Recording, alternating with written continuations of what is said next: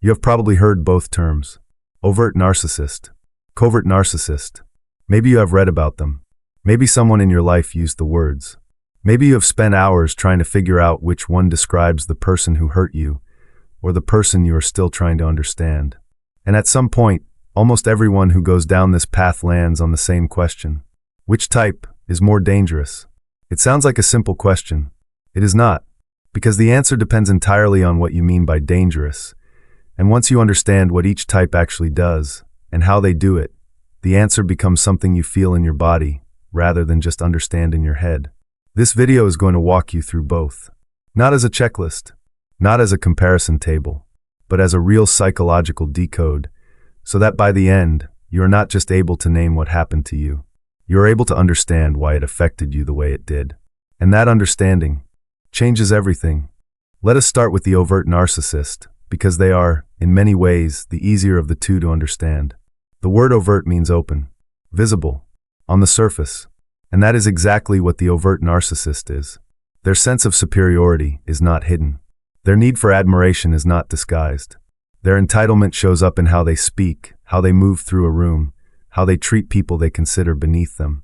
They dominate conversations. They position themselves as the most important person in any given space. They dismiss other people's feelings openly, not subtly, not with plausible deniability, but explicitly. They will tell you directly that your needs are less important than theirs. They will interrupt you mid-sentence and not notice. They will take credit for things they did not do with complete conviction, because in their internal world, the credit belongs to them simply by virtue of who they are. When they are criticized, even gently, even fairly, the response is disproportionate. Rage, contempt, a counterattack that transforms a small observation into a full assault on the person who made it. And here is the crucial thing about the overt narcissist that shapes everything else. They are visible. You can see what they are doing. Others around you can see it too. When you describe their behavior to a friend, your friend does not say, "Are you sure? Are you being fair?" They say, "Yes, I know. I have seen it." That visibility matters enormously, because it means you have witnesses. It means your experience is confirmed by the world around you. It means the gaslighting, when it happens, has a ceiling because reality keeps finding its way back in. The wounds the overt narcissist inflicts are real. They are serious. They erode self-worth. They produce anxiety and shame. If they are a parent, they shape identity. If they are a partner, they can do profound damage. But the wounds are, in most cases, legible. You know what hit you. With the covert narcissist, you often do not. The covert narcissist has exactly the same internal structure as the overt narcissist. The same grandiose self-image. The same need for admiration and supply. The same inability to truly value or empathize with the people around them. The same fragile ego beneath the surface that requires constant protection. What is different is not the core. What is different is the presentation. The covert narcissist has learned, through temperament, through experience, through an understanding of what the world rewards, that overt displays of superiority produce backlash. That demanding admiration openly gets you called arrogant. That dominating people visibly makes you the villain.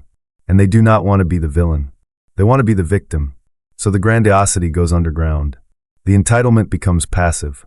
The superiority is expressed not through loud domination, but through quiet withdrawal, through sulking, through martyrdom, through the sigh that communicates more than a sentence ever could. They do not demand your attention.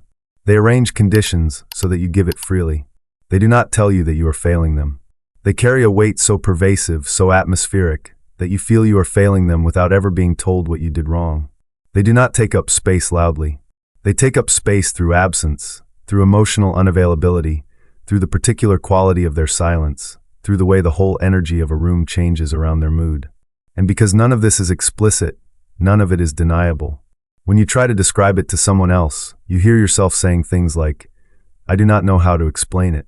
He never actually said anything. She never technically did anything wrong. But something was always off. I always felt like I was not enough. I always felt like I was failing a test I could not see." That is covert narcissism. And that invisibility is not a side effect of the pattern. It is the mechanism. It is how it works. So back to the question, which type is more dangerous? Here is how to think about it. The overt narcissist causes injury. The covert narcissist causes injury, and then makes you question whether you were injured at all. That distinction is not small. It is the difference between a wound you can treat and a wound you cannot find. When the harm is visible, you can respond to it. You can name it, document it, seek support for it, remove yourself from it. The path forward is painful, but it exists. You can point to what happened. When the harm is invisible, when it operates through atmosphere and implication, through what is withheld rather than what is said, you cannot respond to it cleanly. Because you cannot locate it. You spend your energy not on recovering from the harm, but on trying to determine whether the harm was real, on wondering whether you are too sensitive, on going back over every interaction looking for the thing you might have done to deserve how you feel. That self-directed doubt is the covert narcissist's most powerful tool, and they do not have to plan it deliberately. The structure of the dynamic produces it automatically, because when someone hurts you in ways you cannot name, your mind turns on itself. It reaches for explanations, and the explanation it reaches for first, especially if you are a caring, empathetic person, is that the problem must be you. That is where the deeper damage lives. The overt narcissist takes from you. The covert narcissist takes from you, and leaves you wondering if you ever had anything to begin with. Let us bring this into the specific context where both types do their most significant damage: intimate relationships. The overt narcissist in a relationship is, in many ways, consistent. You know where you stand. You know what triggers them. You learn to manage around their moods, their rages, their need to be the most important thing in the room. It is exhausting. It is demeaning. But there is a certain terrible predictability to it that allows you to build a map, however grim that map might be. People who have been in relationships with overt narcissists often describe the experience as living in a storm.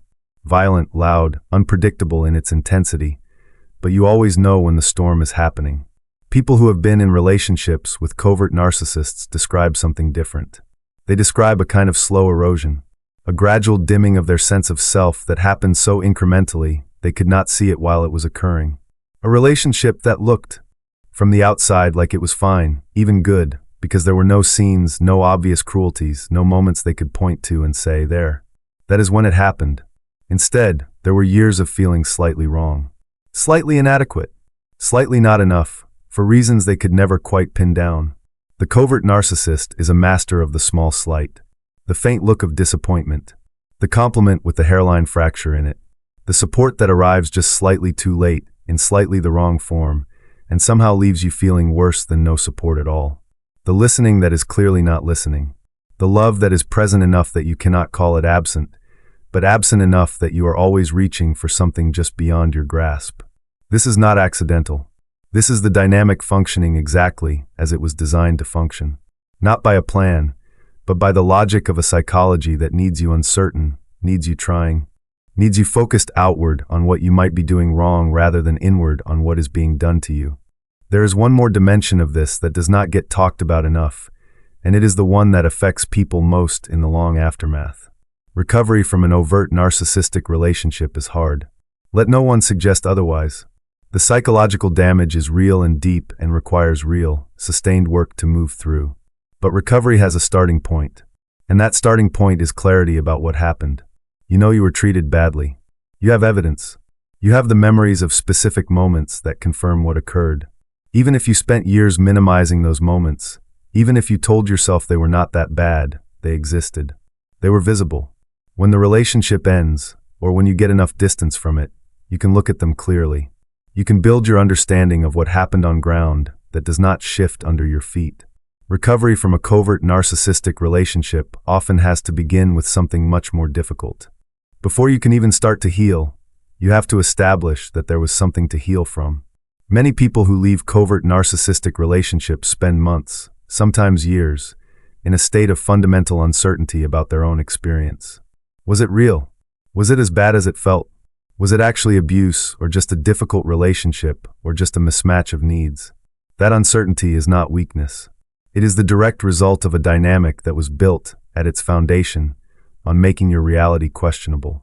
The gaslighting in a covert narcissistic relationship does not always take the form of being told directly that what you saw did not happen. More often it operates through the absence of confirmation, through a dynamic in which your feelings are never quite acknowledged, your observations never quite validated, your experience of the relationship subtly but consistently reframed as something other than what it was. And when you carry that for years, You stop trusting yourself. You stop being certain of what is real. And when the relationship ends, that self-doubt comes with you. That is the answer to the question. That is why the covert type carries a particular danger the overt type does not. Not because the wounds are worse in every case, but because the covert narcissist takes something the overt narcissist rarely manages to take. They take your trust in your own perception. And that is the hardest thing to get back. So what does getting it back actually look like? It starts with something that sounds almost too simple. You trust the feeling before you have the evidence. Not forever, not blindly, but as a starting point, as the foundation rather than the conclusion. Because here is what years inside a covert narcissistic dynamic teach you to do. To disqualify your own experience the moment you cannot immediately prove it. To feel something and then immediately build a case against yourself. To say, I feel hurt, and then spend the next 2 hours arguing yourself out of that feeling because you cannot point to the moment it happened. The path back begins when you allow the feeling to be real first, and let the understanding follow. When you stop needing to justify your pain before you are allowed to feel it. When you recognize that the confusion you felt inside the relationship was not a sign that nothing was wrong.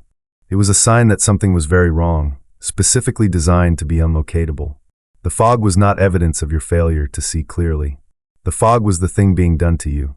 When that lands, when that really lands, something shifts. Not immediately, not cleanly, but something shifts. You stop being the unreliable narrator of your own life. And you start being the witness you always deserve to have. If this video has helped you name something that has been difficult to name, sit with that. You do not need to resolve everything today. You do not need to decide exactly what your experience was, or what category it fits into, or what that means for the relationship or the person. You just need to allow yourself the possibility that what you felt was real, and that you are allowed to take it seriously. In the next video, we are going to go even deeper into one of the most misunderstood dynamics in this entire space, the vulnerable narcissist. The subtype that is most likely to be confused with genuine sensitivity, genuine suffering, genuine need.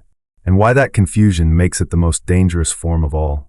If you want to understand that, and after everything in this video, I think you do, make sure you are subscribed.